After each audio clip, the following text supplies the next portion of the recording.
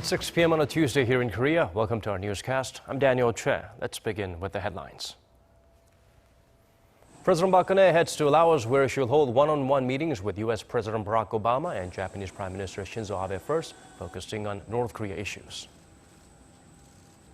North Korea's missile launches this week appears to show an improvement in technology. Some analysts point to changes in the nose cone. Others say it was the missile's inner systems. Korea's Hanjin Group is set to pull out some $90 million to help its ailing shipping subsidiary. The government's offered Hanjin cheap loans, and former arch-rival Hyundai Merchant is also helping out. Over in Laos, President Park Geun-hye is set to hold talks with U.S. President Barack Obama in the coming hours. The meeting comes ahead of the start of the ASEAN Summit in Vientiane. Song Ji-sun has our top story.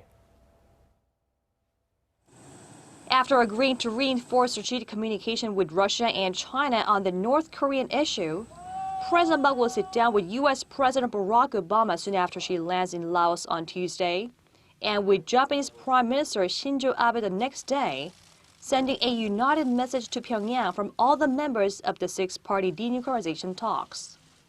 북한이 핵을 포기할 수밖에 없도록 만들려면 북한에 단호하고 일치된 메시지를 보내는 것이 무엇보다 중요합니다.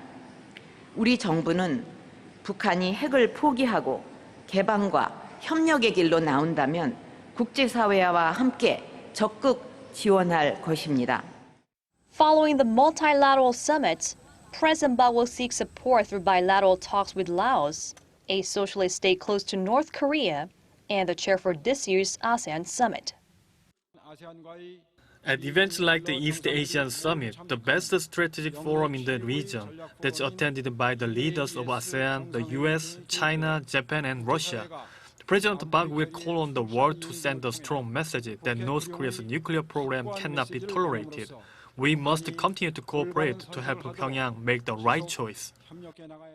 As it's President Park's last summit with President Obama, whose term ends in a matter of months, the two leaders are expected to discuss deployment of THAAD to South Korea to counter North Korean provocations. The leaders will hold a press conference following their summit Tuesday evening. Song Ji-sun, Arirang News, Vientiane. Experts are analyzing the missiles fired off by North Korea on Monday. While no confirmation has been made, some suggest the nose cone or components inside the warhead may have been modified, possibly to improve launch accuracy. Connie Kim takes a closer look. The ballistic missile fired by North Korea on Monday was an upgraded version of a medium-range Rodong missile and flew on the same trajectory as the previous Rodong missiles fired by the regime. That's according to a government source on Tuesday who compared pictures of the missiles released by the North's official Rodong Sinmun. It's the first time a Rodong missile with a modified warhead has been identified. Comparing the warheads of the latest missile and the one fired in July, the nose cone of Monday's resembles a short-range Scud with a pointier tip. Another source has claimed the missiles could actually have been short-range Scud missiles modified to have a longer range. While Seoul has not confirmed the reports, some claim the missiles look no different from earlier Rodong missiles but could have different components inside the warhead. The warhead of the Rodong missile doesn't look like it's been changed, but there is high possibility the North changed the inner system to improve its accuracy rate. North Korean media on Tuesday hailed the ballistic missile launch as a success, also saying Kim Jong-un, who was present at the launch site, vowed that the regime will continue to develop its nuclear capabilities. Most North Korea watchers in Seoul say the possibility of future North Korea provocations has escalated as it fired 3 ballistic missiles at the same place on Monday, showing off its accuracy and ratcheting up tensions another notch. Connie Kim, Arirang News. The UN Security Council will gather for another meeting on North Korea's provocations. This is in response to Pyongyang's missile firing that drew sharp criticism from around the world. Kwon So-hwa has more on the event that's becoming all too common these days. The UN Security Council is convening yet another emergency meeting on North Korea's threats. It comes just 10 days after the Security Council adopted a press statement condemning Pyongyang for its test firing of a submarine-launched ballistic missile late last month. Now the Council's 15 member nations are expected to discuss how to put more pressure on the regime after it fired 3 Rodong medium-range missiles off its east coast on Monday. South Korea's foreign ministry says Seoul, Washington, and Tokyo jointly requested the meeting, but as the UN Security Council members are in the midst of consultations, the South Korean government does not want to make predictions about the outcome. The government is, however, continuing necessary diplomatic efforts in close cooperation with its allies. according to an official, the Security Council members are likely to vote unanimously to issue a press statement against North Korea's recent missile test, adding China, Pyongyang's only major ally, is expected to agree too, especially in light of the timing as the North's test was conducted during the G20 summit in Hangzhou. Meanwhile, the U.S. has echoed the strong denunciations out of Seoul and Tokyo. State Department spokesman John Kirby said the U.S. strongly condemns the 3 ballistic missile launches, adding Pyongyang's threats have become far too common in recent months. The European Union also urged Pyongyang to completely abandon its ballistic missile development. It said North Korea should restart dialogue within the framework of the long-stalled 6-party denuclearization talks involving the 2 Koreas, the US, China, Japan, and Russia. Seoul's foreign ministry announced Tuesday that South Korea's representative to the 6-party talks, Kim Hong-gyun, and his U.S. counterpart Sung Kim are expected to discuss ways to counter North Korea's threats next week during talks in Seoul. Kwon So-ah, Arirang News. Moving on to other stories, over half of Hanjin Shipping's fleet has been halted as it slid into court-led restructuring last week. The shipper's parent company, Hanjin Group, is swooping in to the rescue, vowing to provide financial support. Kim Minjoo fills us in on the latest efforts to help the once mighty company get back up. Hanjin Group says it plans to extend roughly $90 million to its ailing shipping arm currently under court receivership to defuse a widening logistics crisis.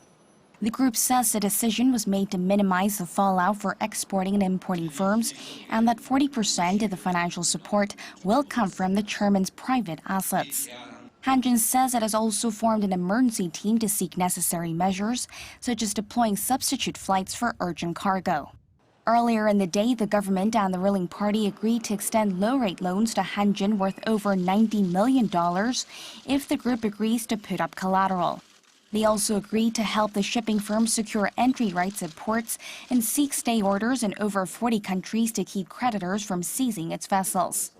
The Fisheries Ministry says nearly 300 port-related firms are expected to be hit directly or indirectly from the collapse of Hanjin Shipping, affecting more than 11,000 workers.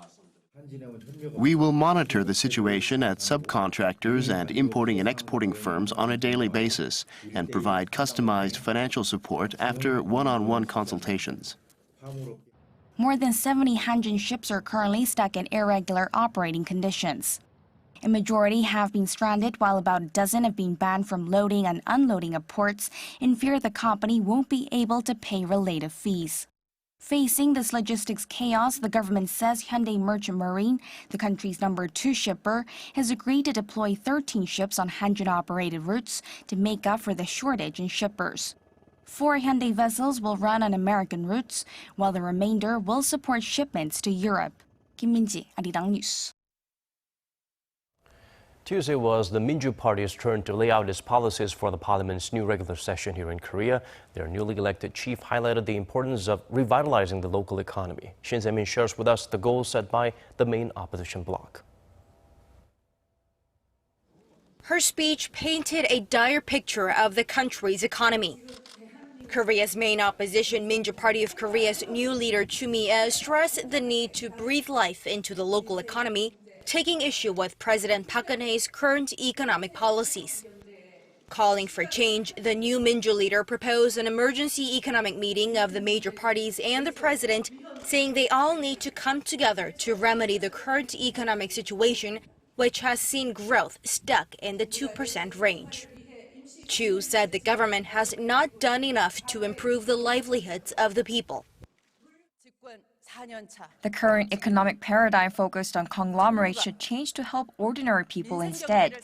Entering the 4th year of the current administration, this is the last chance the government has to save the local economy. Concerned that neglect of the country's snowballing household debt could bankrupt the nation, Chu called on the president and the prime minister to directly take care of the issue themselves. Chu also criticized the government's plan to deploy the U.S. missile defense system THAAD, calling it useless. Diplomatically speaking, this advanced missile defense system has the potential only to make our partners, namely China and Russia, to turn their backs on us.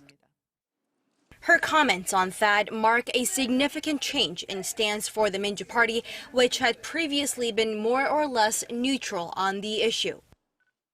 Looking ahead, the opposition party leader promised that in the 20th National Assembly she'll work to get rid of political divisions within and amongst parties, starting with her own Minjoo Party, and work to become a model of rational politics. Shin Se-min, Arirang News. The South Korean government has confirmed new limits on gifts and meals that can be accepted by civil servants and other workers in fields such as journalism, where ethical standards are deemed to have extra importance. Those limits will come into effect towards the end of this month. Park Ji-won lists them out for us. The nation's cabinet on Tuesday confirmed the new law's limits on gifts and meals. Public officials, journalists, school teachers, and other public sector employees will not be allowed to accept meals worth more than 30,000 won, or about $27. For gifts, the limit is $45, and when giving cash at occasions like weddings and funerals, the cap is set at $90. The anti-graft law also puts strict limits on how much civil servants can charge for speeches. Minister-level officials can accept a maximum of about $450 per hour, while for regular staff-level civil servants, the limit is less than $180 per hour. The law also caps speaking fees for journalists and private school teachers at $900 an hour. The anti-corruption law will affect almost 41,000 institutions, over 95% of which are schools and media corporations. Some of the institutions affected have strongly opposed the law, unofficially called the Kim Young-nan Act, after then chair of the Anti-Corruption and Civil Rights Commission, who proposed it. The act was challenged in the nation's constitutional court, which ruled in July to uphold it. First proposed 4 years ago, it's now undergone all the necessary legal procedures and will take effect on September 28th. Park Ji-won, Arirang News. The Chief Justice of Korea's Supreme Court issued a public apology for a recent corruption scandal involving a senior judge. As the investigation unfolds, Korea's political parties have agreed to discuss a bill to reform the nation's prosecution. For details, let's turn to our Kim Young-gil. Chief Justice Yang Seung-tae offered a public apology on Tuesday during an emergency meeting of lower court chiefs. It was the first apology by a Korean Chief Justice in 10 years. The apology followed the arrest last week of a sitting senior judge on charges of taking bribes from the former head of a local cosmetics company. I offer my deepest apologies to the people and promise to take strict measures as the case unfolds. Chief Justice Yang added that in view of the seriousness of the charges, the judiciary will take meaningful action as more details come out. Last Friday, the Seoul Central District Court issued a warrant to arrest Judge Kim Soo-chun of the Incheon District Court over suspicions he accepted roughly $153,000 worth of money and gifts from Chung Woo-no, the former CEO of Nature Republic. The return for the bribes, Chung allegedly asked Judge Kim to hand down heavy sentences to cosmetics makers who distributed fake Nature Republic products. In the aftermath, Korea's opposition parties have pushed for the establishment of an independent investigative body to oversee prosecutors. The prosecution is the only organization that remains unfettered in its exclusive prosecutorial power. Reform is essential to crack down on corruption. The minor opposition People's Party echoed that view, and the ruling Saenuri Party agreed to jointly discuss the prosecutorial reform bill in Parliament's Legislation and Judiciary Committee. If the bill is approved, it would enable the supervisory agency to carry out investigations and indict corrupt senior public officials, including prosecutors and judges. Kim Young-gil, Arirang News. Turning our focus to other parts of our world, at least 40 people have been killed in a series of bombings in Syria in and around the strongholds of the Bashar al-Assad regime. The blast hit government-held Tartus and Homs, as well as Hasaka, which is mostly controlled by Kurdish forces.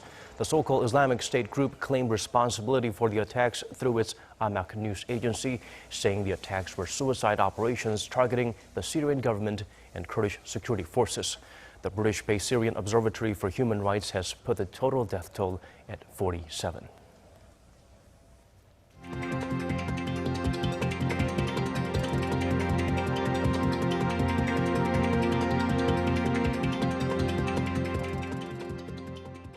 With that, we've come to the end of this hour's newscast. As always, thank you for watching.